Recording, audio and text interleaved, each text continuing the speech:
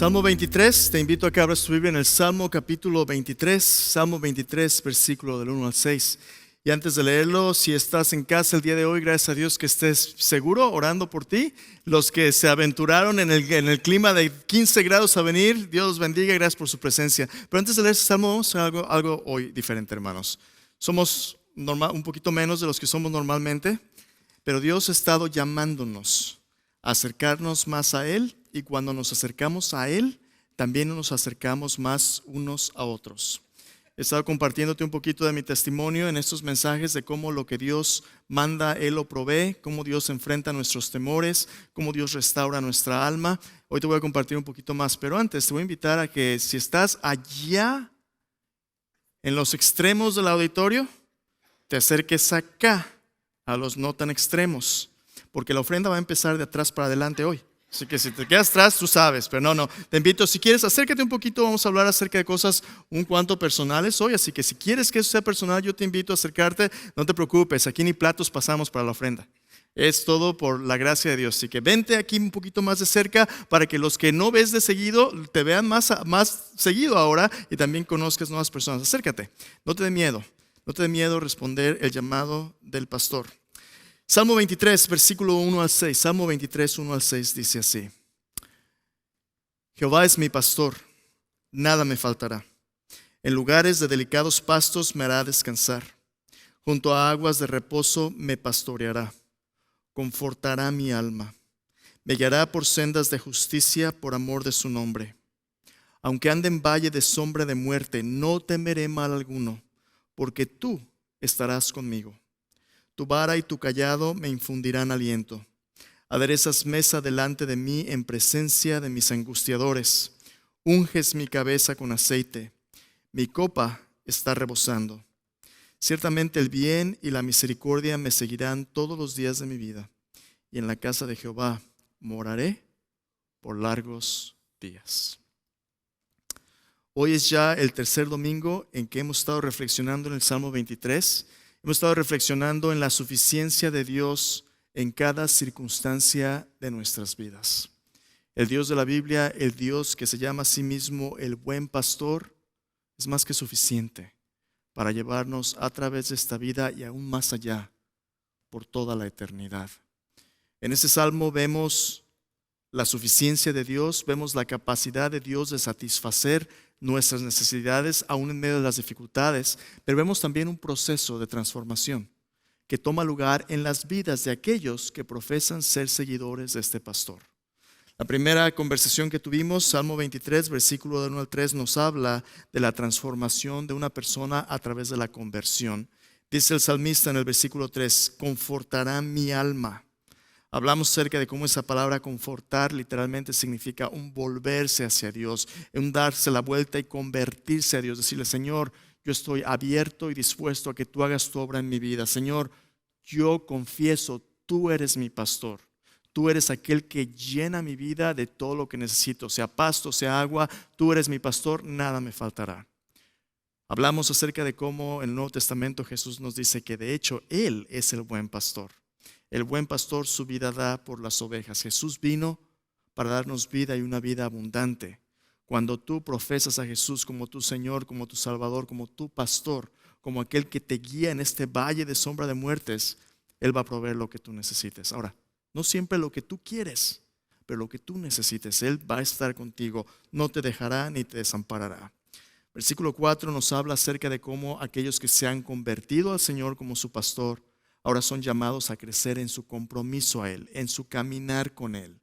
Versículo 3 nos dijo, me guiará por sendas de justicia por amor de su nombre. Dios te llama a andar en sus caminos. En el versículo 4, esos caminos algunas veces vamos a pasar por sendas difíciles. Dice, y aunque ande en valle de sombra de muerte, no temeré mal alguno porque tú estarás conmigo. Cristo no nos ha prometido que no vamos a sufrir. Pero Cristo nos ha prometido que en medio del sufrimiento Él va a estar allí. Y no solamente eso, nos ha prometido que en medio del sufrimiento y la dificultad, su gracia es suficiente. Romanos 8:28 dice que a los que aman a Dios, todas las cosas les ayudan a bien porque son llamados conforme a su propósito. Dios tiene un plan, Dios tiene un propósito que está cumpliendo en nuestras vidas.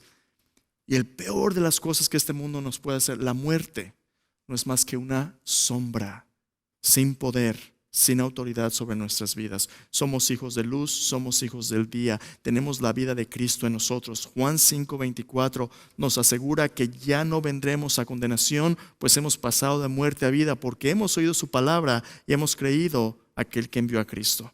El evangelio es verdad. No temeré mal alguno, tú estarás conmigo, Señor.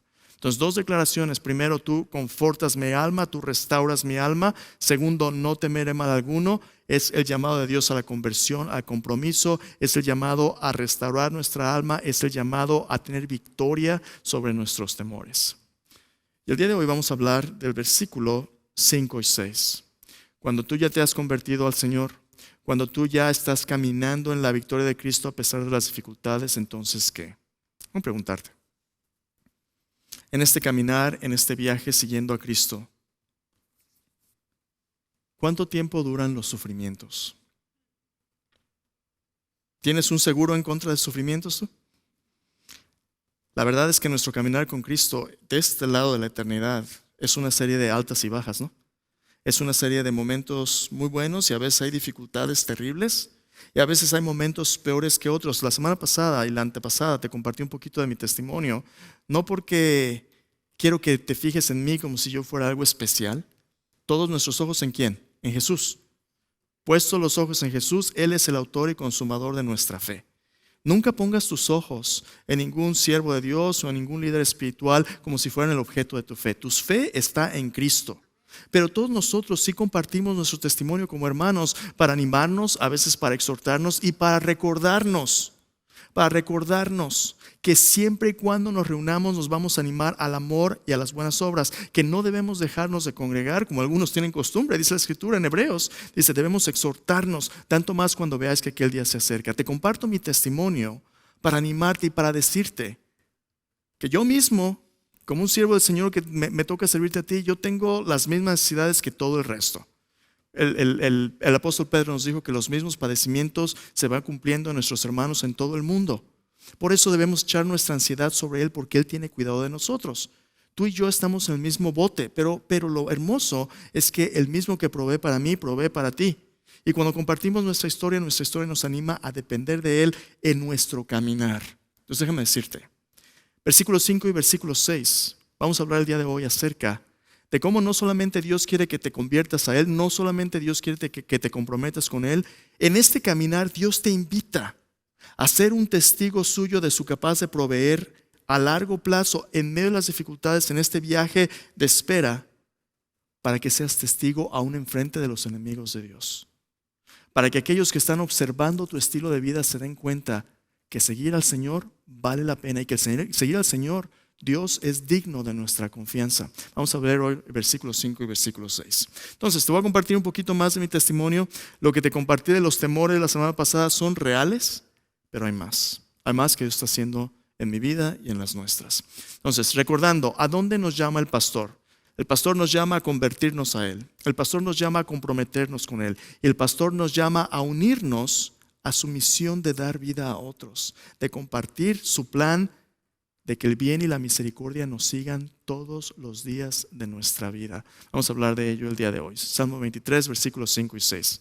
En resumen, el llamado del pastor es una invitación a vivir la vida bajo la suficiencia de Dios. Eso es todo el Salmo 23.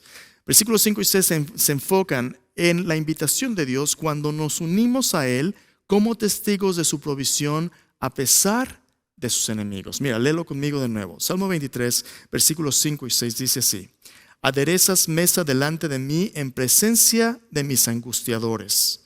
Unges mi cabeza con aceite, mi copa está rebosando. Ciertamente el bien y la misericordia me seguirán todos los días de mi vida, y en la casa de Jehová moraré por largos días. Vamos a hablar de dos cosas el día de hoy. Vamos a hablar de cómo en el versículo 5 la imagen del pastor cambia un poquito a la imagen de un anfitrión de un banquete. Vamos a hablar por qué eso es importante. Vamos a hablar acerca de cómo lo que Dios está haciendo en este viaje nos prepara para toda la eternidad. Entonces vamos a ver el primer punto, en el versículo 5. Vamos a ver hoy que la provisión de Dios revela que el pastor Es también el anfitrión de su pueblo en el camino. Vamos a hablar de la mesa y la copa del rey. Versículo 5 de nuevo, dice: aderezas mesa delante de mí en presencia de mis angustiadores. ¿Qué está pasando aquí? Bueno, estudiosos de este salmo ven la unidad literaria y qué hermoso es cómo el salmista va desarrollando la imagen del pastor. Pero cuando llegas al versículo 5 hay un poquito de un cambio de pensamiento y dirección. El salmista en el versículo 1 y 2 y 3 está hablando acerca como una oveja siguiendo al pastor, cómo nos da pasto, cómo nos da agua. En el versículo 4 habla acerca de cómo nos protege aun cuando vayamos por valles escabrosos, donde haya predadores, donde haya dificultades. Y en el versículo 5 habla acerca de un banquete, de una mesa. Aderezas mesa es poner la mesa. Tú estás poniendo una mesa, un banquete en presencia de mis angustiadores. ¿Qué es eso? A ver. ¿Significa a lo mejor que este pastor estaba solo y decidió hacer un picnic, un juego de té con las ovejas? No. Entonces, ¿de qué se trata esto? Cuando tú investigas un poquito más el trasfondo en el Antiguo Oriente, si tú recuerdas, en el primer mensaje hablamos de cómo el pastor a veces es una imagen que se utiliza especialmente en la Escritura como una posición de autoridad. Es un título de reyes o de gobernantes.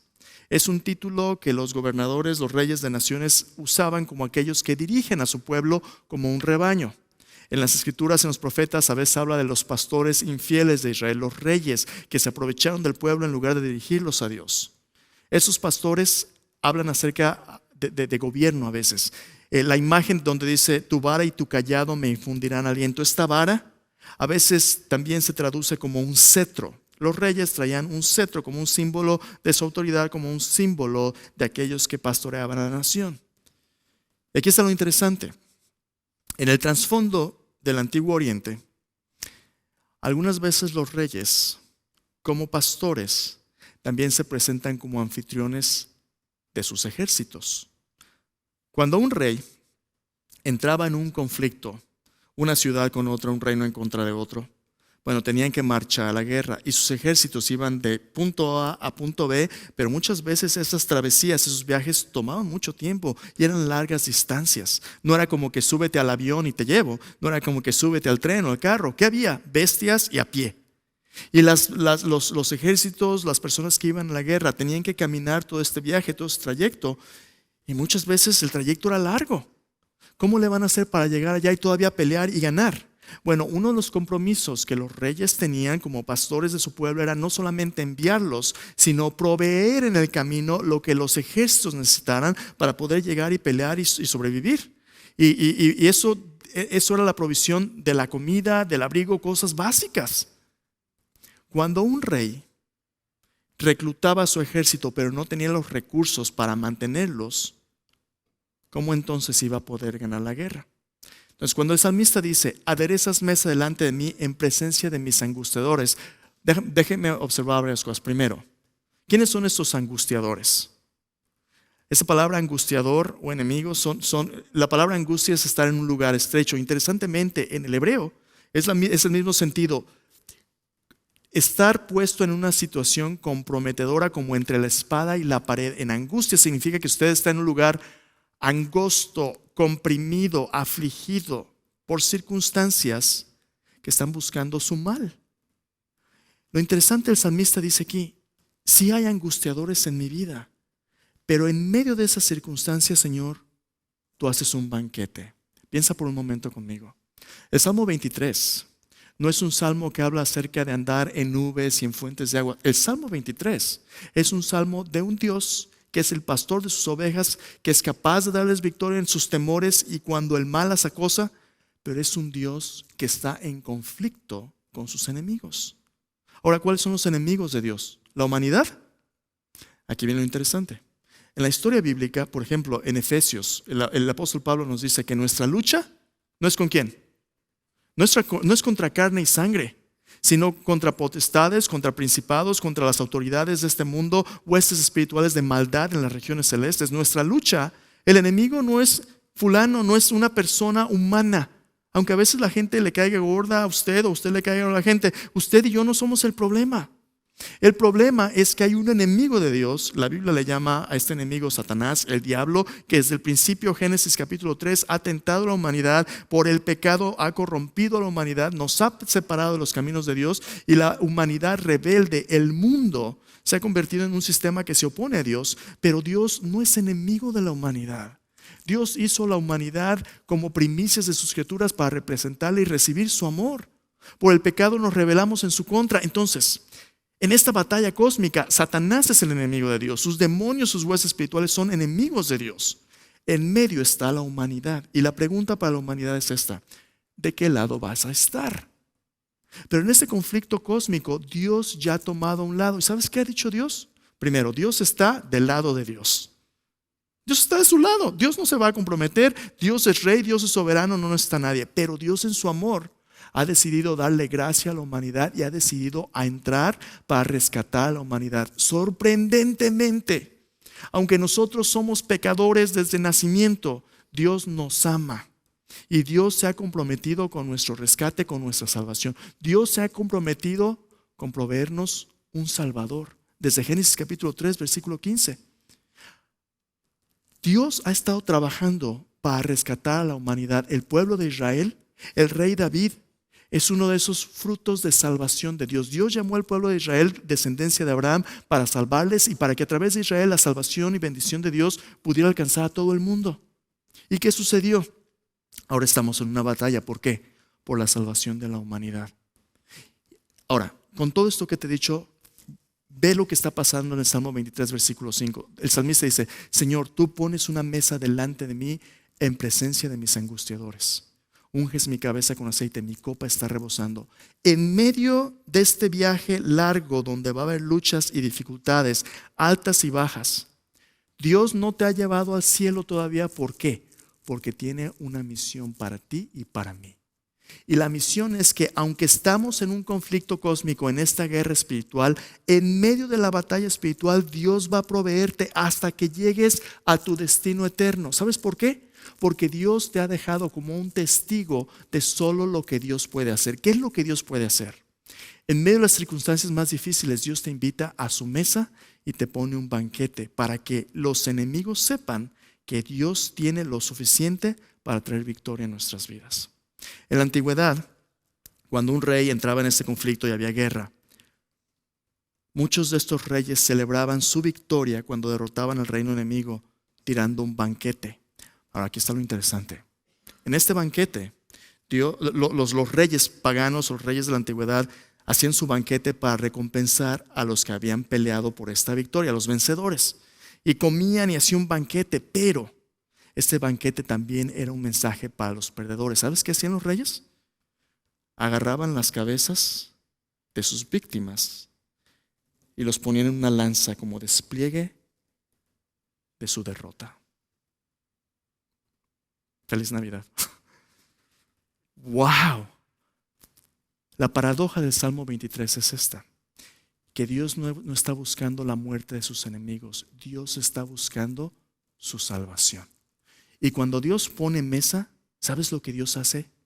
Dios invita a un mundo incrédulo y rebelde a reconciliarse con Él.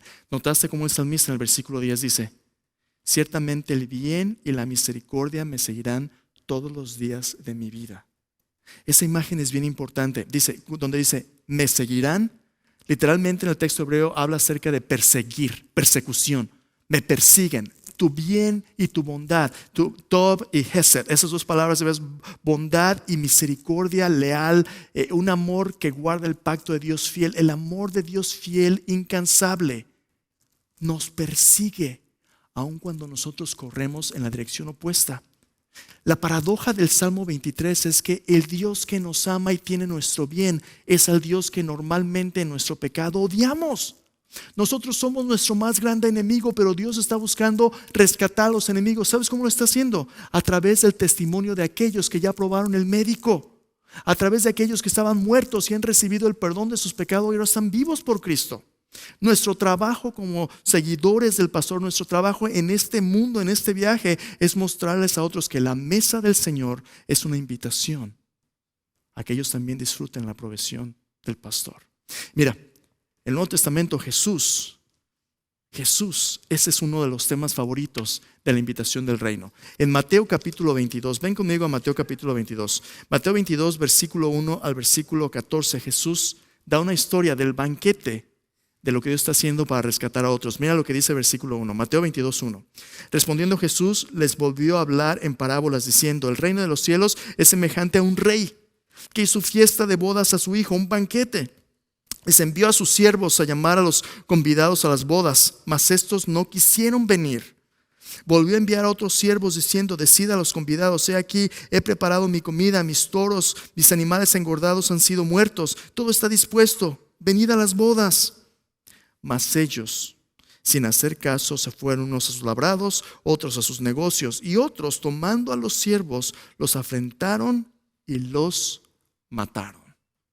Déjame preguntarte, cuando alguien te invita a una carne asada, cuando alguien te invita a una boda, a alguna fiesta, a un evento social, ¿por qué te invita a la gente? ¿Porque le caes gordo? No. Normalmente invitamos a aquellos que apreciamos, a aquellos con los que queremos celebrar, pasar un buen tiempo juntos.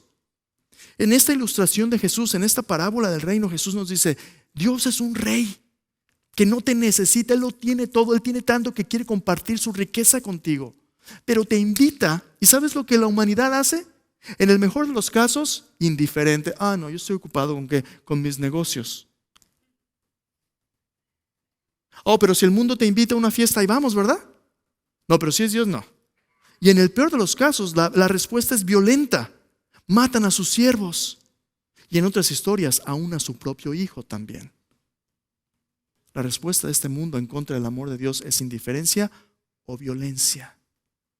Pero Dios es un Dios que trae la invitación de invitarte a sentarse en su mesa como si fueras parte de la familia.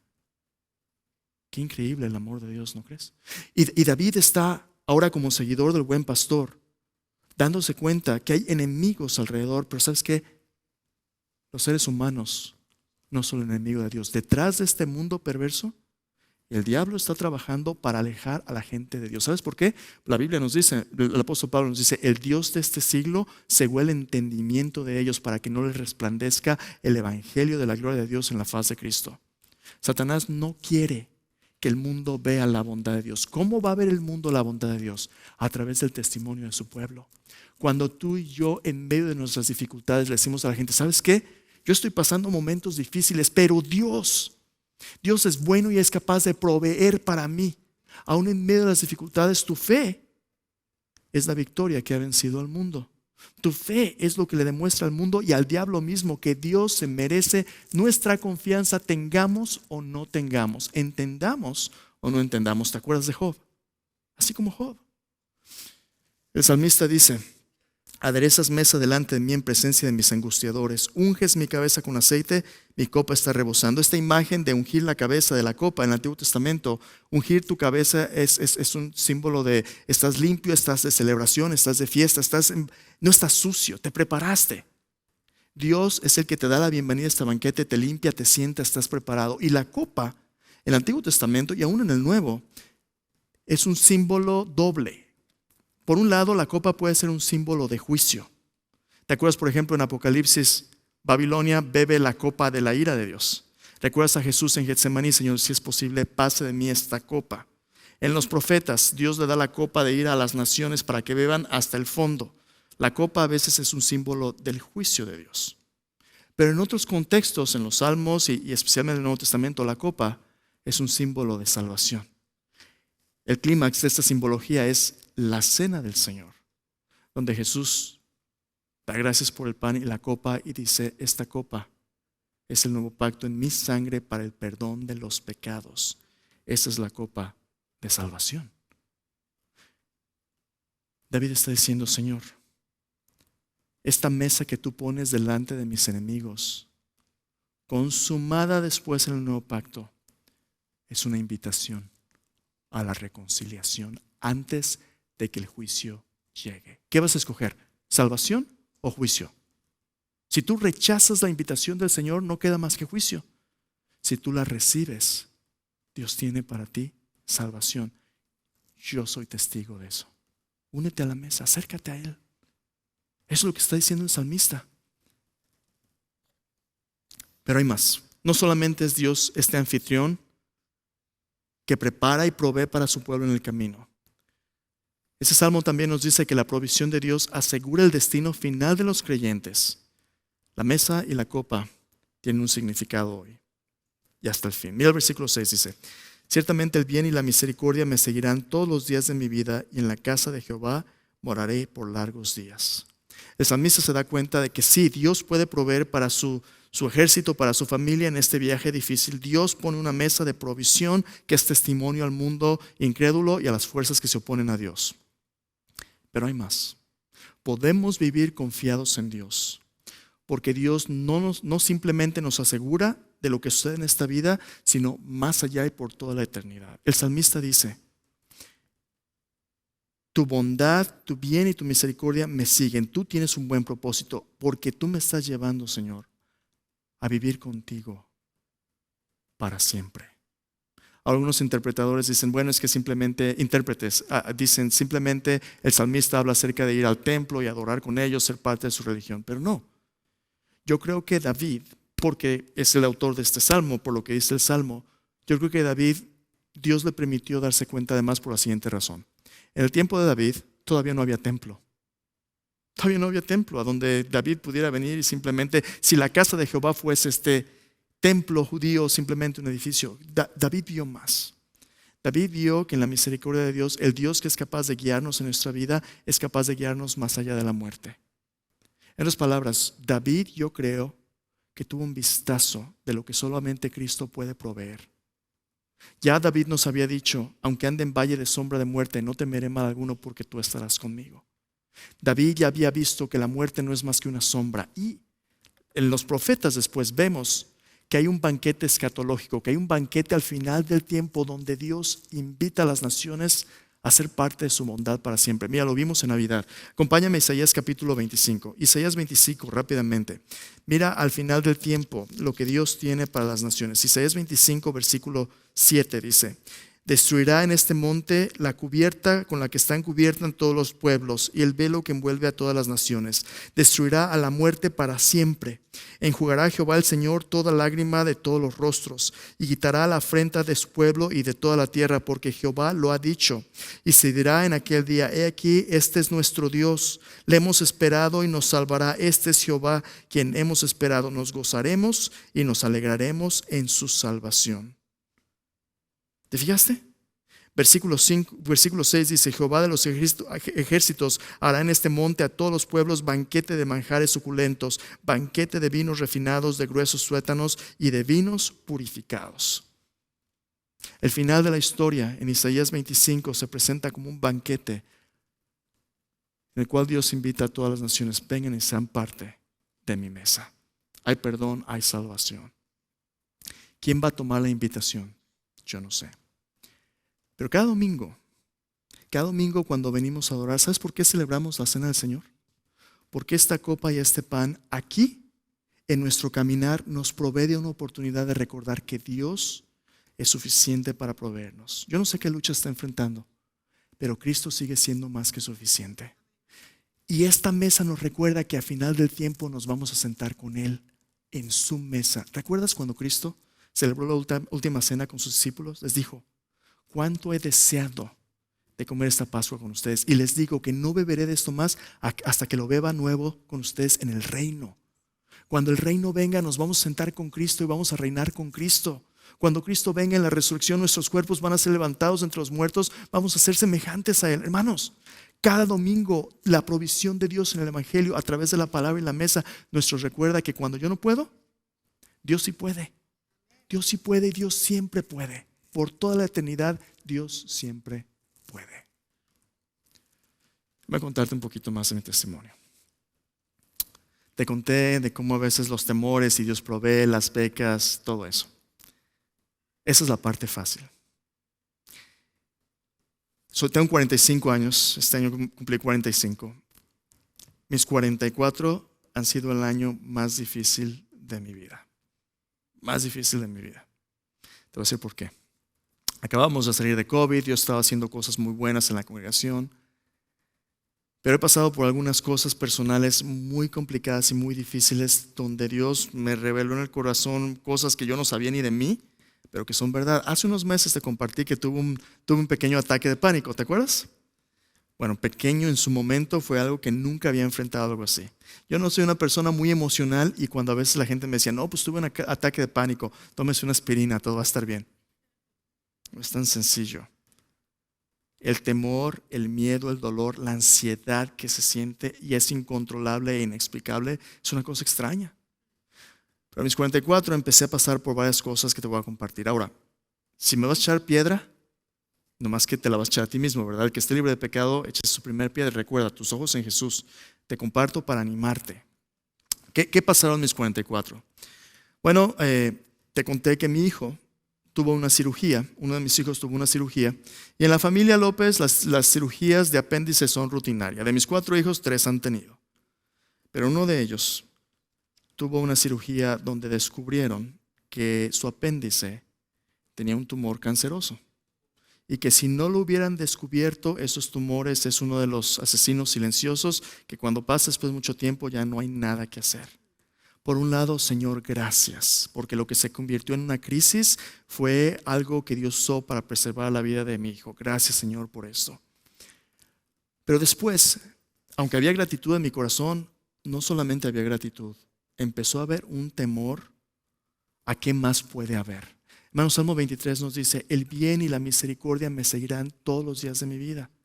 Ya Dios nos ha provisto que todas las cosas nos ayudan a bien, pero lo que empecé a temer es lo que no puedo controlar. No puedes tú controlar si mañana vas a enfermarte, si esto o aquello. Y muchas cosas empezaron a salirse de control. Por un lado, la situación con mi hijo. Gracias a Dios, bien. El médico dijo, está tan temprano el asunto que no ocupas ni seguimiento. Está bien, todo está bien. Gracias a Dios, gloria a Dios. Pero el temor empezó. Y luego, mi esposa y yo vamos a cumplir 20 años de casados este año con el favor de Dios. 20 años de casado. Y cuando ya estás casado por un rato, pues el matrimonio es un proceso, no para hacerte feliz, sino para hacerte santo. El matrimonio es un proceso de santificación donde quién eres sale a la luz con todo, ¿verdad? Y mi esposa y yo, en personalidad y en cultura, somos tan diferentes como diferente pudiera ser. Tomamos test de personalidades, somos bien diferentes. De hecho, somos personalidades opuestas, lo cual la mayoría de las veces hace de nuestro matrimonio algo increíblemente enriquecedor y tenemos todo el espectro de virtudes y de dificultades también para enfrentar cualquier cosa que suceda. Muy, muy bueno, pero también puede ser muy, muy difícil. También puede ser muy, muy malo. Si estamos en nuestra carne o si estamos en pecado, nos vamos a estar en contra el uno del otro todo el tiempo. Los 44, hemos tenido un muy buen matrimonio para la gloria de Dios, pero 44 fue un tiempo difícil. Difícil como pareja, difícil con los hijos, ocupaciones, a veces nada más simplemente preferencias. A veces te gusta ver este show, le gusta a ella, a mí me gusta levantarme temprano, a ella no, me gusta acostarme temprano, a ella le gusta. Diferencias. 44, difícil. A veces el matrimonio a la larga es cuando dos personas no se entienden juntas, ¿verdad? Bueno, lo bueno es que tú sí te entiendes bien en tu matrimonio. Dificultades. Entonces ahí vamos, ¿verdad? Luchando. Ahí están las luchas. Y luego, encima de todo esto, más o menos luchando con esa ansiedad, no trayéndosela completamente al Señor, luchando. De vez en cuando bromeando, de broma en broma te digo, no, ay, es que ya me duele aquí y allá. Mis 44, todo me empezó a doler sin saber ni qué. Los pies, los huesos, todo por todos lados, la cabeza, la presión. Por todos lados me empecé así que como casi, ¿dónde está la garantía, verdad? Hay que reclamar la garantía. Fui al médico, ves un montón de médicos, exámenes, me hicieron sonogramas, unos de esos exámenes donde le roban la dignidad humana porque no es más que un pedazo de carne en la mesa para que el médico le examine. Examen tras examen y pues nada, es que es pura ansiedad, que es no, pues ¿cuál? ¿Cómo si me duele? No, como ansiedad, me duele como en el hueso. Nada. ¿Y sabes qué? Todavía el miedo de no saber. Lo peor que puedes hacer cuando estás luchando es meterte al internet y buscar qué pudiera hacer con tus síntomas. Te voy a decir qué va a ser. Va a ser leucemia, va a ser cáncer de hígado, va a ser lo peor que te puedas imaginar. Lo peor. ¡Ah! Pues eso hice. Me metí al internet, ¿verdad? Dios me perdone. Pero ahí ando, siguiendo al médico. Ya por fin desesperado. No, pues no es nada. Más o menos alrededor de octubre. Ya así como que, Señor, te necesito, por favor. Tienes que hacer algo antes de que yo no sé qué va a pasar. Un día antes de predicar, estaba ahí abajo y le dije, Señor, por favor. Hermanos, por eso, por cierto, cada domingo es una oportunidad de orar unos por otros, ¿no? So allá le digo, Señor, por favor, necesito que tú me muestres qué está pasando. Antes de subir me recordó el Salmo 103. ¿Te acuerdas? Bendice alma mía a Jehová. No olvides ninguno de sus beneficios. Bendice alma mía a Jehová, bendice su santo nombre. Él es el que te corona de favores, el que sacia de bien tu boca, el que perdona tus iniquidades, el que sana todas tus dolencias. Ahí está en la Biblia. Y el Espíritu Santo sentí que me dijo, yo soy el que sana todas tus dolencias. Me sentí bien inmediatamente, no, pero dije, Señor, por favor, te necesito. Sí, Señor, amén. Esa semana tenía una cita con el médico. Fui otra vez, el médico dice, ya todos sus resultados, todo salió bien otra vez. Dice, lo único que puedo pensar es que a lo mejor es algo con tu sistema musculoesquelético, necesitas un quiropráctico. No, yo necesito un médico de veras, no un quiropráctico. No, pero haz una cita y ve qué pasa. Dios estaba trabajando en mí. A veces somos orgullosos, a veces somos escépticos, a veces no nos gusta que nos digan lo que tenemos que hacer o que necesitamos ayuda. A veces pensamos que estamos en control, pero no estamos en control, Dios está en control. Esa es la cita, 2 semanas más tarde. No que me urgía, tú te acostumbras al dolor o tus maneras, ¿verdad? Tus mañas. Al que le urge, pero me esperé 2 semanas. Hice mi cita, fui. Llegué con el médico, el quiropráctico, y me dice, adelante, pasa a la oficina. Pues yo paso y paso solo y él se queda allá atrás. Se me mete a la oficina, después llega él, me dice, oye, ¿no tienes curiosidad de por qué me esperé allá? Y dije, sí, ¿cómo no? ¿Por qué no se vino? Me dice, mira, desde que entraste te he estado observando y quería ver cómo caminas. ¿Notaste que cuando caminas tu pie izquierdo hace esto? Pues no. Mira, déjame mostrarte. Hizo lo que el quiropráctico hace, ¿verdad? Voy a poner presión, voy a hacer tu pie y tu pie hace todo eso. Me dice, yo sé exactamente qué es lo que tienes. ¿Te duele aquí? Sí, me duele ahí. Ok. Has tenido más de un año una tendonitis espectacular y terrible y se ha vuelto crónica. Una tendonitis es cuando tus tendones están inflamados. Me dice, ¿te gusta correr, verdad? Sí. Pues corres, pero no te enfrías bien y no te estiras bien. Y cuando no haces eso, tus tendones hacen calambres, se vuelven menos elásticos y lo que sucede es esto, tu cuerpo empieza a acostumbrarse a caminar mal y tener mala postura y como te sientas mucho, eso afecta todavía las cosas más. Entonces lo que va a pasar es esto, te puedo garantizar que en 3 sesiones te vas a sentir mucho mejor. Dice, 3 sesiones y llevo 1 año sufriendo con esto. En 3 sesiones. Pero déjame decirte, soy tu cuate. Me dice, te voy a decir algo que no te va a gustar. Antes de que yo pueda ayudarte, voy a tener que lastimarte. Antes de que yo pueda ayudarte, voy a tener que lastimarte. Hoy va a ser tu primera sesión y vas a llorar. Entonces, mira, acuéstate aquí en la mesa. Me acosté, boca abajo. Me dice, voy a empezar. Se pone un poquito de cera en sus manos para dar un masaje en las piernas y sentí como si me estuviera arrancando el alma. ¡Ay! Yo no tengo el hábito de ser maldiciente, pero cuando sentí ese dolor, usted, no se me salió, pero entiende usted porque a veces le sale a uno, ¿verdad? ¡Ah! No, hombre, fue una sesión que me dio una como nunca en mi vida. Pero cuando acabó, me dice, ponte de pie. Me paré y todavía tenía dolor, pero no tan terrible.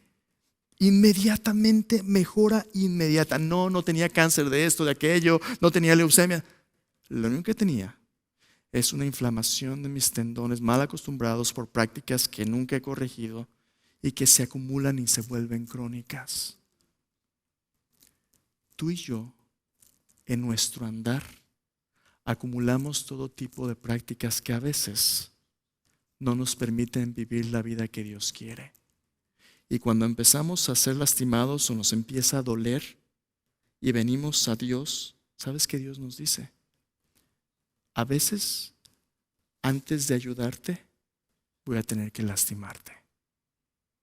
Su vara y su cayado nos infunden aliento, pero a veces, como a los cabritos, nos tiene que romper el pie. Cuando andamos por lugares escabrosos apartados de Él. En esos momentos más difíciles, cuando había dolor físico, emocional, espiritual, todo tipo, le doy gracias a Dios, porque cada domingo en esta mesa me da una oportunidad, aun cuando soy a veces testarudo y difícil, me da la oportunidad de ponerme a cuentas con Él, con mi esposa, con mis hermanos y hermanas. Esta mesa cada domingo me recuerda que no se puede pasar sin que yo reciba su provisión. Lo mismo para ti, para mí. La mesa del Señor, hermanos, no es simplemente un rito donde, ya lo hice, ya el pan, la copa. No. Aunque por COVID tenemos que hacer las copitas que a veces saben como valle de sombra de muerte, es un recordatorio más allá de lo que Cristo ha hecho por nosotros. Este pan y esta copa simbolizan que en los momentos más difíciles Cristo ya ha ganado y ya ha provisto. Y solamente es para aquellos que le han dicho, tú eres mi Señor. En 1 Corintios capítulo 10, Pablo nos dice que esta es la diferencia entre ser parte con los demonios o ser parte con Dios. Cuando tú participas de este pan y de esta copa, tú dices, Señor Jesús, tú eres mi Dios. Yo te pertenezco a ti, yo te necesito a ti. Esa es la comunión del cuerpo de Cristo. Es un símbolo, no hay magia en los elementos, pero es un símbolo que nos habla de la realidad del Evangelio de Cristo Jesús. ¿Por qué te digo esto? Yo no sé por qué estés pasando tú. Ninguno aquí somos perfectos, pero Dios tiene lo suficiente para proveer lo que necesitamos en el viaje. Y cuando lleguemos a su presencia, el salmista dijo, ciertamente el bien y la misericordia me persiguen. Señor, tú tienes un buen plan. Todos los días de mi vida, Dios se compromete con tu bien. No que no haya dificultades, sino con tu bien, porque al final Dios tiene vida eterna. Dice, en la casa de Jehová moraré para siempre, por largos días. Cuando lleguemos a nuestro destino eterno, no hay sufrimiento que no haya valido la pena. Dios ya te tiene cubierto. Déjame cerrar con esto. La paradoja de la mesa del Señor es que en ella el rey le ruega a los mendigos. Deja que eso, un rey rogando a los mendigos. ¿Y qué les ruega? Que le dejen tratarles como a reyes. Dios te invita a su mesa a recibir su provisión llena. Porque la gracia de Dios es capaz de transformar a sus enemigos en sus más cercanos amigos. Hermanos, si Dios ya nos ha asegurado nuestro futuro, será mucho pedir que le entreguemos nuestro presente. Entrégale tu presente hoy a Cristo. Este año, Dios va a arraigar nuestra fe para crecer más profundamente. Este año, Dios nos va a sorprender una vez más con su gracia. Porque no es el dolor, no es la muerte, no es la enfermedad la última palabra. Es la bondad y gracia de Dios. Su bondad nos seguirá todos los días de nuestra vida. En la casa del Señor viviremos para siempre. Inclina tu rostro, vamos a orar. Allá en tu lugar, mientras reflexionas, déjame preguntarte, ¿cómo es que Dios quiere usar las bendiciones que te ha dado ya como un testimonio a los que te observan de su gracia? ¿Cómo es que Dios quiere usarte a ti para ser de bendición a otros? No te dé vergüenza decirles, Dios ha hecho esto por mí. No te dé vergüenza apuntar a otros a tu buen pastor. El Evangelio nos asegura que tenemos un asiento asegurado a su mesa en su reino para siempre. Como el pastor, Cristo nos da vida eterna y promete proveer lo que necesitamos para cumplir su misión. ¿Podemos confiar nuestro presente en Él? Padre bendito, te damos gracias. Señor, en nuestra vida todavía tenemos dificultades, Señor, tenemos dolores, tenemos incertidumbres. Pero cada vez que venimos a tu palabra y venimos a esta mesa, recordamos que ya hay un vencedor. Que en esa noche Cristo Jesús prometió el perdón de los pecados y un lugar a su mesa para toda la eternidad. Señor, venimos a ti hoy, con corazones hambrientos, con vidas necesitadas. Yo te pido, Señor, que los que estamos en esta audiencia, Señor, luchando, indecisos, inseguros, Señor, tú nos bendigas con una gracia especial, Señor. Tú nos hables al corazón a través de tu palabra, de tu espíritu, Señor. Nos recuerdes que tú eres nuestro sanador. Tú eres nuestro salvador. Tú eres nuestro pastor. Permítenos, Señor, acercarnos a ti con corazones abiertos para recibir tu provisión. Tu palabra dice que a veces no tenemos porque no pedimos. Y cuando pedimos, pedimos mal para gastar en nuestros deleites. Pero hoy pedimos, Señor, conforme a tu voluntad, que tú seas nuestro pastor. Que, Señor, nada nos falte, que restaures nuestra alma, Señor, que tú nos permitas tener victoria sobre el temor, sobre las fuerzas que se oponen a ti.